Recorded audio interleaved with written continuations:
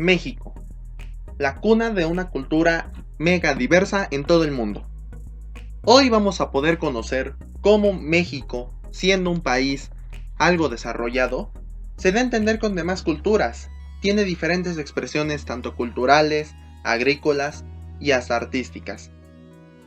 Acompáñenos a ver cómo sobrevive día a día y ver si nuestro destino está marcado. Veamos en Todos somos uno mismo. Voy a iniciar hablando sobre la diversidad cultural en México. Bueno, México tiene la mayor parte, es decir, la mayor riqueza en cuanto a la pluralidad cultural de sus pueblos u origen.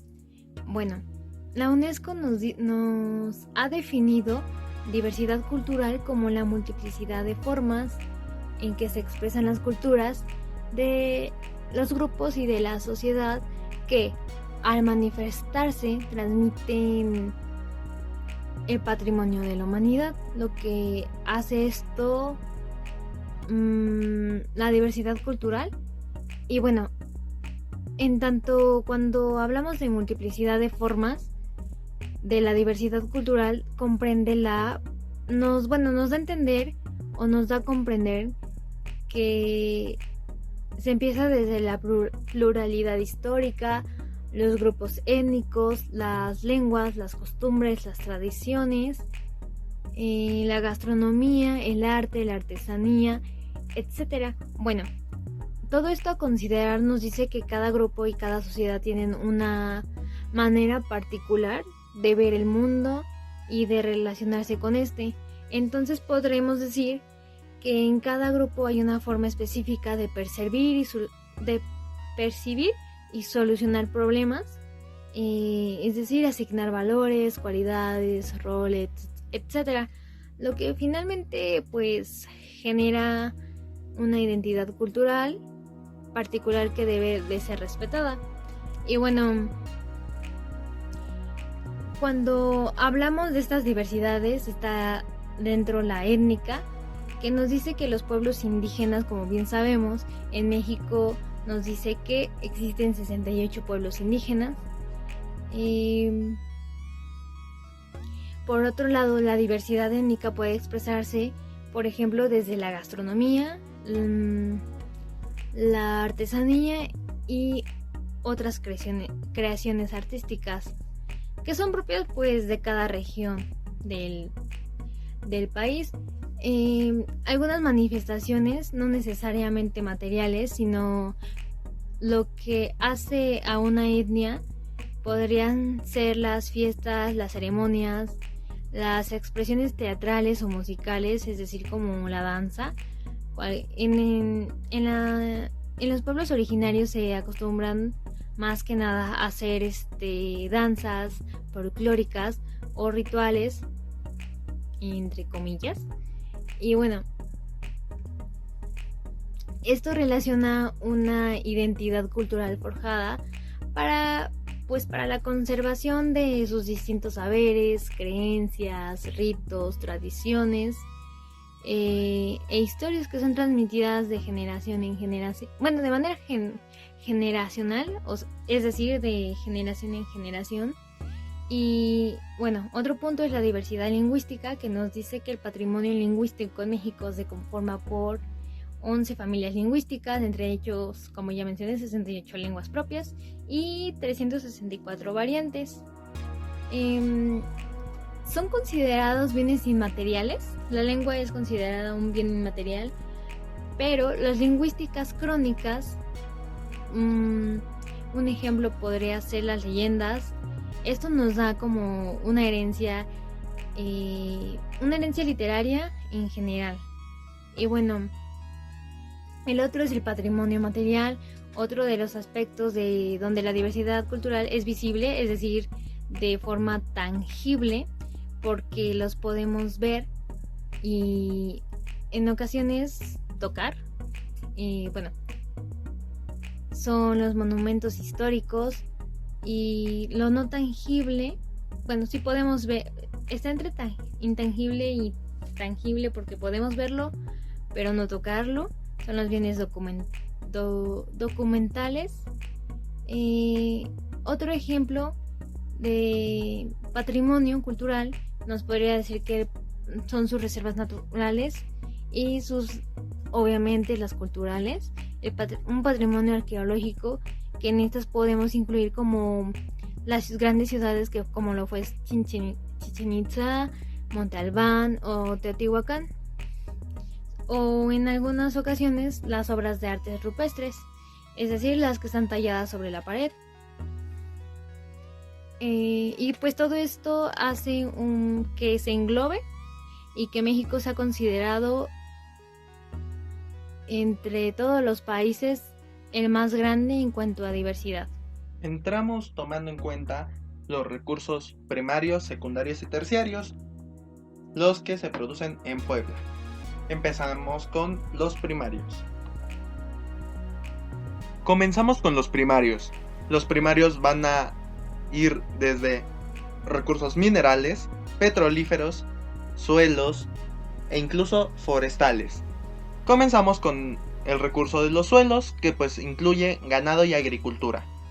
En el ganado se va a encontrar una extensión de ganado bovino, porcino, aves de corral e incluso burros.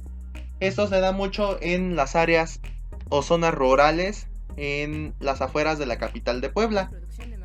Por otro lado, en la agricultura podemos ver un gran ejemplo muy variado, en los que incluyen maíz, café, aguacates, cañas de azúcar, frijoles, papa y alfalfa. Unos recursos muy básicos y de la canasta social. También se cultivan frutas en algunas zonas, como lo son las manzanas, los mangos, uvas, naranjas, limones y hasta melocotones. Cada una de estas frutas se va a ir dando en todo el año o en ciertas fechas. Va a ir variando según el clima, según el agua, según el tratamiento que se le den a los suelos.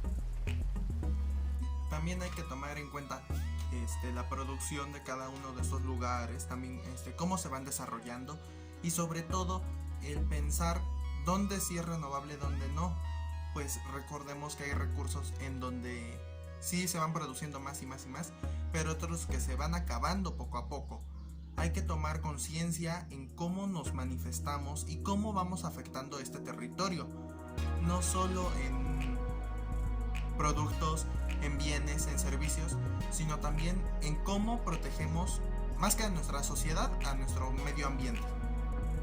Por otro lado, los recursos minerales, como ya los había dicho, son yacimientos tanto metálicos como no metálicos. Entre los metálicos podemos encontrar grandes y extensas minas de plata que están reconocidas en nuestra entidad, no solo por sus ricos depósitos, sino también la alta calidad de estos. Entre ellos también se puede conseguir oro, cobre y hasta plomo. En cuanto a los no metálicos, podemos también encontrar productos como la perlita, la caliza, zeolitas, arcillas y ónix. El ónix siendo una de las producciones más grandes en todo nuestro estado. En recursos petrolíferos podemos encontrar también otros recursos en Puebla, pues en este caso es el petróleo. No solamente se encuentra en las costas o en medio del mar, sino también en medio de nuestro país. Pues Puebla es una de las principales productoras de oro negro del México, ya que abastecemos a Petróleos Mexicanos, también conocido como Pemex. En la actualidad se lleva a cabo búsqueda y explotación de estos yacimientos. Todos estos se encuentran en el municipio de Chicontepec. Y por último vamos con recursos forestales, pues Puebla tiene estos recursos en el área boscosa. Esta representa el 21.7% de nuestra superficie total del estado. Entre ellas se encuentran tres tipos diferentes de ecosistemas: el ecosistema templado frío, el tropical y las zonas áridas. En el ecosistema templado frío se encuentran varias especies de plantas coníferas, Las variedades más comunes que podemos encontrar son el pino encino y el oyamel. Como último punto, en las zonas áridas, que son las zonas más visitadas en nuestro estado, son comunes ver algunas especies no maderables.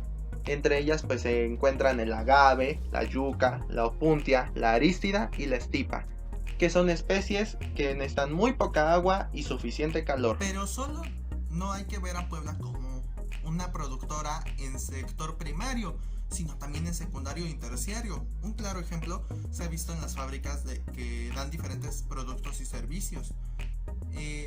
Un ejemplo muy recurrente es el de la fábrica de Volkswagen, que aunque no es de Puebla, pues está su fábrica acá, está acá su planta.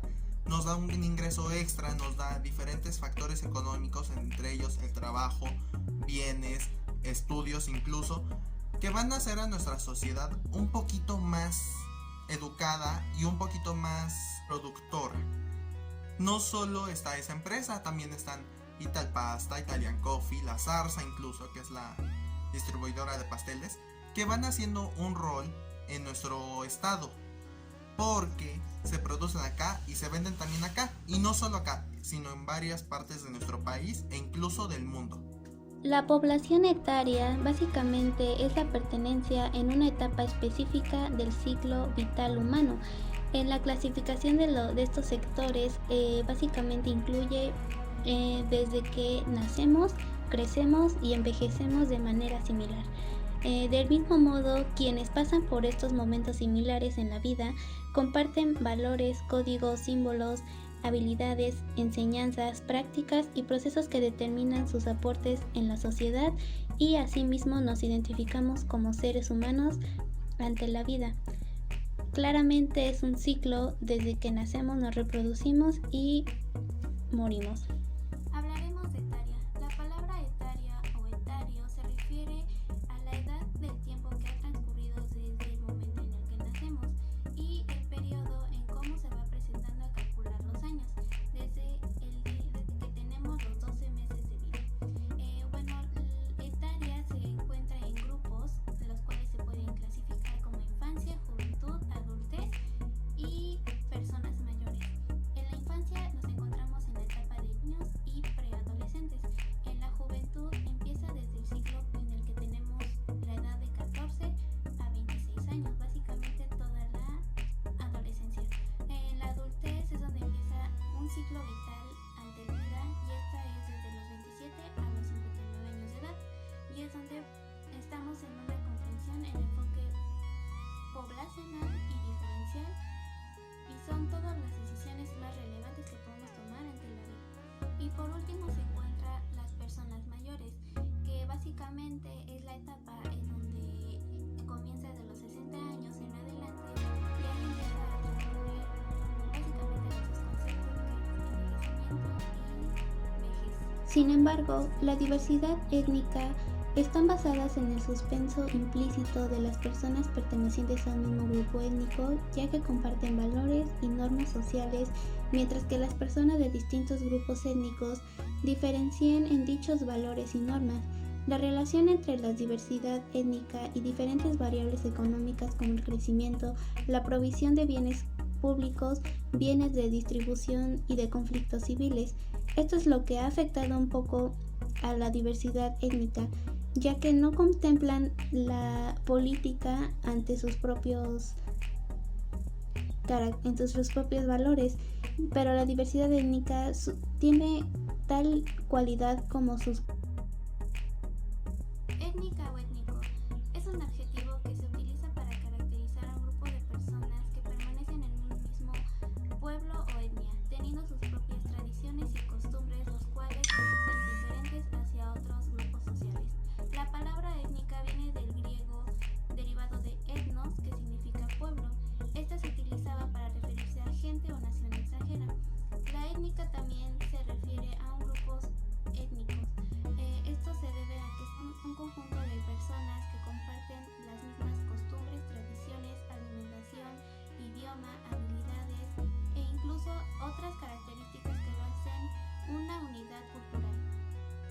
grupos étnicos tienen como importancia la familia, ya que es un sentimiento muy especial que tienen y lo comparten por generaciones y así definen su raza y su propia tradición y cultura entre esta misma raza.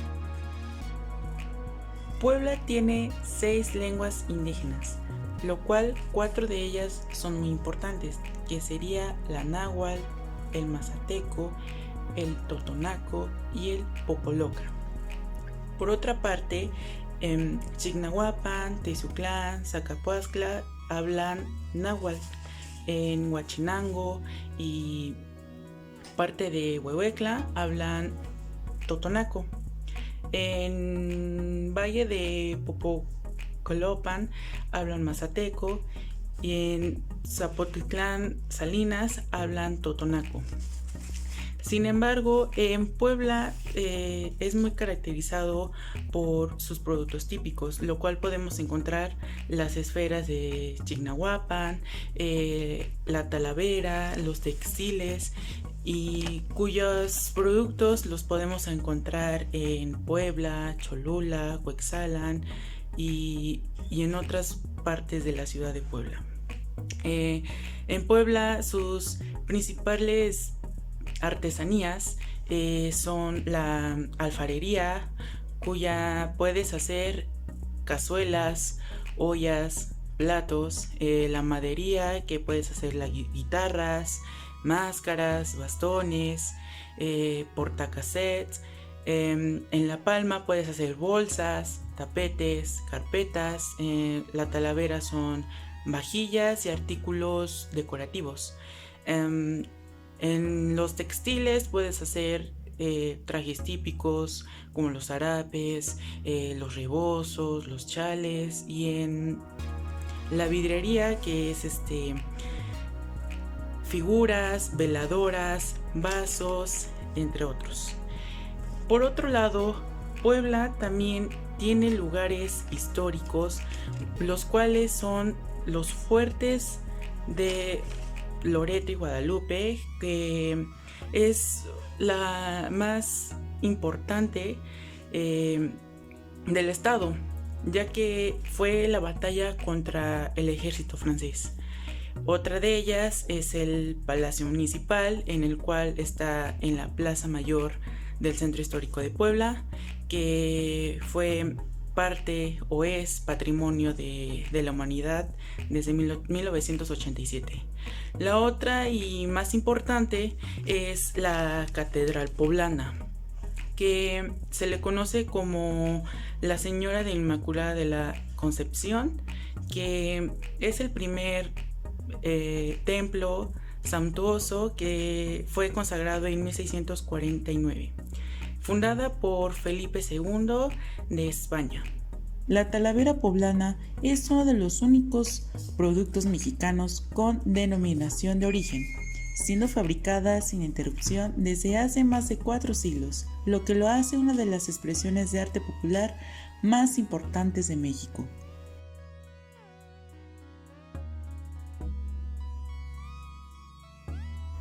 Puebla es uno de los 2 estados del país con más pueblos mágicos, por lo que gracias a la promoción de la entidad se ha aumentado la estancia promedio y duplicado el número de visitantes, así como la derrama económica.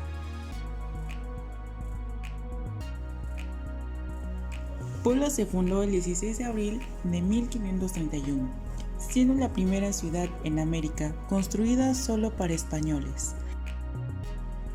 reconocida por platillos como el mole poblano, los chiles en nogada, las chalupas y las semitas.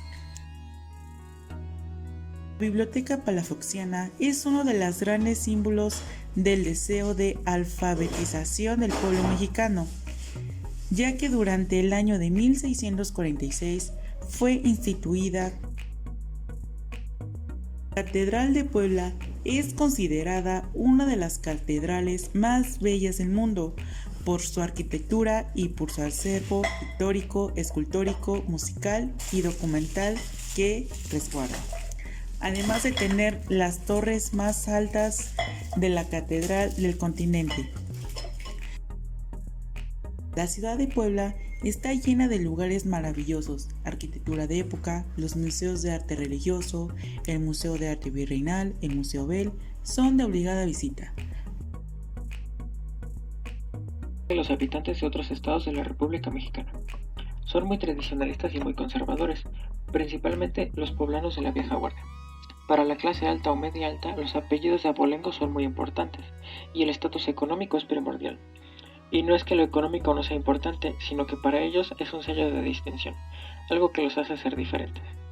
Personas con mucho arraigo a las tradiciones, en su gran mayoría profesan la religión católica. Algo que es muy común entre ellos es el hecho de que cuando en la calle a lo lejos ven a algún conocido, al acercarse a él fingen distraerse con algo para aparentar que no vieron a esa persona.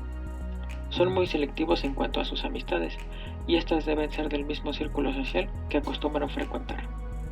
En la clase baja, obviamente esto no sucede, pero también comparten el mismo comportamiento de fingir no conocer a alguna persona, dependiendo de la situación en que se encuentren. A los ojos de personas de otros estados, los poblanos han sido muy criticados por su trato difícil y en ocasiones hasta desconfiado, siendo objeto de apodos que a lo largo de los años se han venido manejando para referirse a las personas nacidas en el estado de Puebla. Esto con el paso de los años ha ido cambiando, debido a la convivencia con personas de otros estados que llegan a vivir a territorio poblano, ya sea por cuestiones de trabajo o por cambio de residencia. Esto ha provocado un cambio en su forma de ser, sobre todo en la juventud, que está más abierta a nuevas ideas. Y los avances tecnológicos han hecho que los poblanos jóvenes tengan otra perspectiva de las relaciones sociales.